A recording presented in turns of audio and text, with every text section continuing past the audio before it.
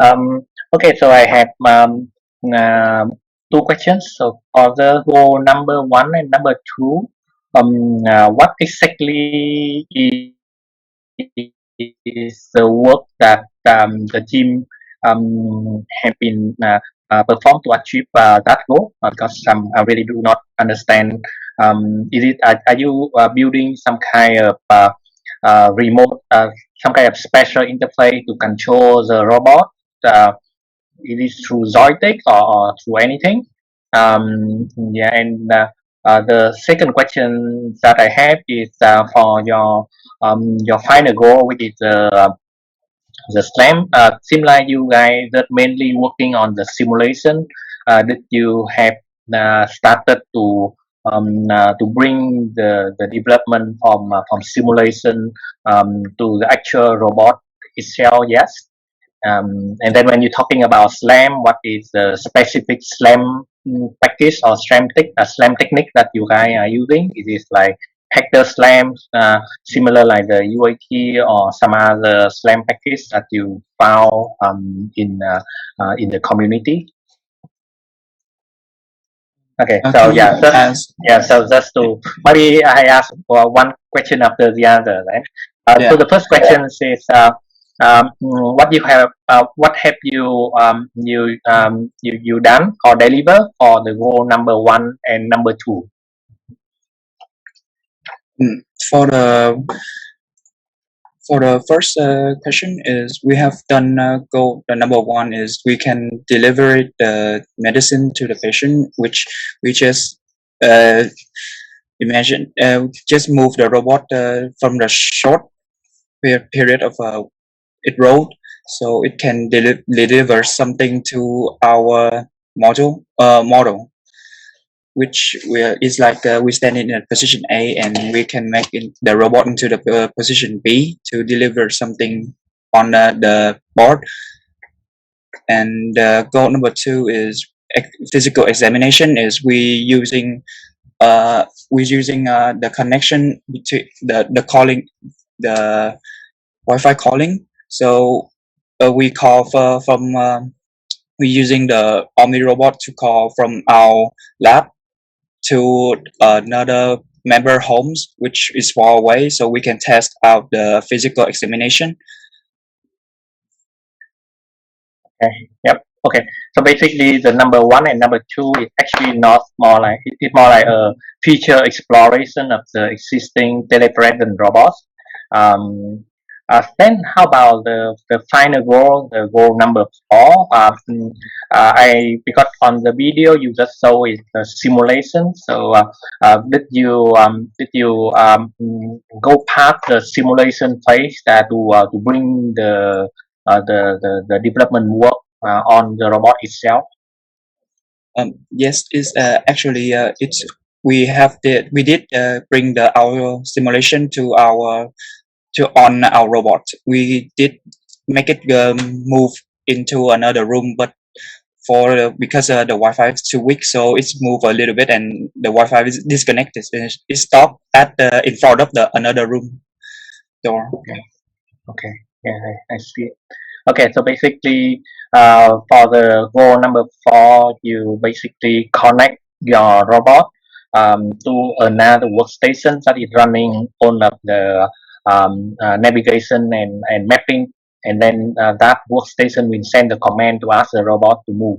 Am I correct? Can you ask that question again? I didn't catch up. Okay, yeah. Okay, so maybe I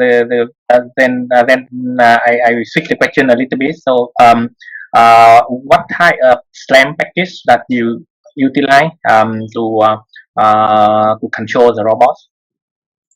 I don't really know because that is my another teammate part. He using slam, but he didn't tell me is what kind of slam he used. But he just tell me that he using LiDAR and view encoder to use slam. Okay. Yeah. Yeah, I think yes, there's from the chat group. There's also the question for you for the point number one. Maybe just to wonder whether it is correct that for the point number one, for the robot to transport the goods in the hospital. Do you mean that you're using the robot will moving autonomously from one point to the other point, or actually someone is control the robot through the telepresence code? Yes, it will automatically move to the position A to the position B. Okay. So basically it is like the moving straight. So you just send a command and then the robot just moving straight. And then if there's an obstacle, is the robot able to go around and continue? That is our advanced goal because we don't have time to develop it. We Okay. have think about it, but we don't have time to develop it. Okay, yeah. So the point for the goal number one actually is more like you just set a direction and then the robot will go, for example, like 5 meter towards that direction, right? Yes, it's kind of like that. Okay. Yeah, and also just want to ask more detail about that goal number one. So about that, the use case, I just want to ask more detail for the real use case when you said about the robot can deliver the medicine and the food in a hospital, right? Yes.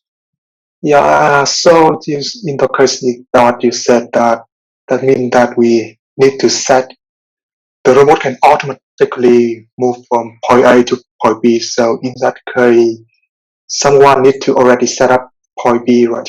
That means that the location of the patients, and then right. Yes, we have to default the patient position so the robot can move it to there. Okay. So you mean that? Okay. So you set up. Is there any way that the robot can automatically detect if that the correct patient or not? I mean that, for example, if it can do the face recognition or something like that. Because the face recognition, we are doing it in the advanced goal. We don't have time to put it on the robot. Yeah, we have a little bit issue about that. Yeah. Okay. And so we did try. Yeah. I'm just thinking about the real use case for that, the goal number one. So that means that at first we need to collect all the location of the patient and move it into a system and set the time. So at the specific time, someone need to activate that to tell the robot that you need to go to that point, right? You need to go to point B or point C or something like that. Yeah. But we did think about the solution is we using the VR code to the robot will scan the VR code on the patient bed, so it know it's the correct patient or not. But we have a little bit issue about that problem, so we cannot put it on the robot right now. Yeah, okay. Or something you can use you need some kind of device to tag into the bed of the patient, right? Yeah. Something like that. Yeah, I see. About the goal number 3, right? You mean you collect the patient data, right? Yes. So what kind of the data you can collect now? There are two kind of data we can collect: is the temperature of their body and the SpO2, the oxygen rate percentage.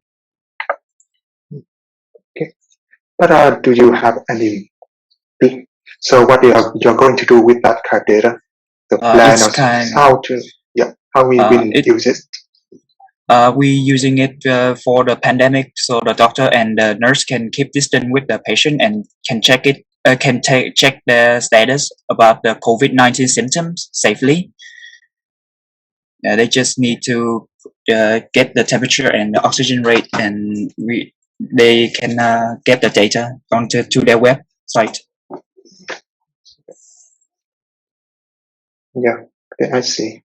Yeah, but I think something in the real situation, I think maybe when we collect the data like that, maybe there's some kind of privacy issue. Yeah. Okay, I'm just thinking about some that could be happening in the real situation.